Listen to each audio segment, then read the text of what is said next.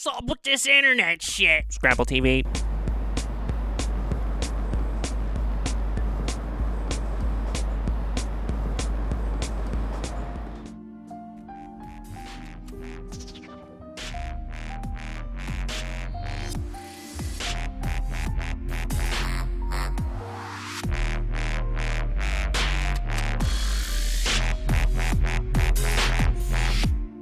Drinking again.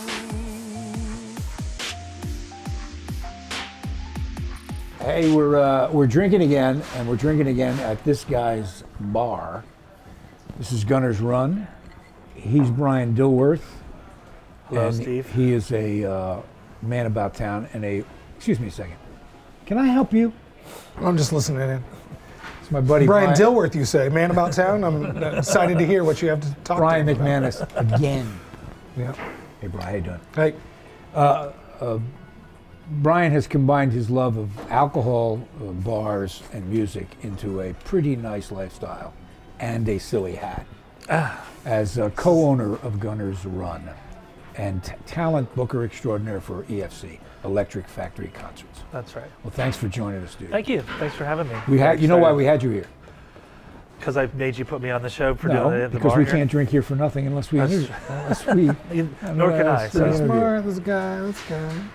One of the great phrases of all time, and something Brian knows a lot about, is the phrase "on the arm." And who's the king of on the arm? Your man here. You're definitely. You know, I know Brian for a while. I know Brian as this Brian. I don't know who the hell you are. I don't know why you keep bothering. What are you Talking doing about behind the this bar? Brian. Is it clean back there? It is absolutely spotless. No, he has don't no worry about pants it. on. That's why he's behind the bar. Shows up to do I an am interview masturbating. show. That's not and what he's that meant by clean, by the way. got no pants on. I can't understand it. Anyway, Brian is essentially in the music business, but for some unknown reason, keeps putting money into bars and restaurants. That's true. Now tell me why. Why It's is just always that? been something that I've been interested in. Before I worked in the music business, I worked as a bartender, as a waiter, and it's just I like being around the environment. I like the people. I like the energy. It's got a certain youthfulness to it, and I hate my money. And the alternative is to put it out in the piazza and burn it. I could probably throw it out the window and get a better return on it why somehow. not just do this? Now this And is they were, yeah. I always say we should have just gotten 600,000 scratch lottery tickets and had one giant party. you probably do is better at the end of the day, right? Give me the backstory on Gunner's Run. Tell me the story quickly. Quickly, You know, 'cause they opened the piazza I have a plane here, to catch. and we do a lot of production for the shows here. So the spot that was here before became available, and we were actually searching, my partners and I, for someplace. We owned a part of a place in New York together. We were searching to do something in Philly, and this came about, and we just decided it was a smart decision. Yeah, give me the Turned story. into a medium The decision. name is interesting too, because this has been a graveyard for entrepreneurs, hasn't it? A couple more are going to go down the tubes. No, right. Gunner's Run comes from actually a creek that runs underneath the Aramingo Avenue, and in the late 1800s, a lot of people got together and decided to canal that creek, and they lost all their money in about a year, and the locals filled the canal with garbage and dead bodies, and eventually they paved it over, and that became Aramingo. They became Aramingo Avenue, and then they started filling in Aramingo Avenue with garbage and dead bodies. So you and your partners are now literally up that creek. Yeah. Did you- We thought it was a funny name for a little tongue-in-cheek. Plus, it gave a nod to the neighborhood and a little bit of history, which I'm interested in. If Yeah. you look at the map over here, it sort of gives you a detailed version of what the city looked like during that time, and the run's actually on there. So. You got a great map, a great place. Tell me about the artwork. Some of the artwork's really far out. Yeah, Jason, who's one of my partners, owns Old City Tattoo. He's a very accomplished artist in his own right, and a lot of these guys are tattoo artists or friends of his. I know that.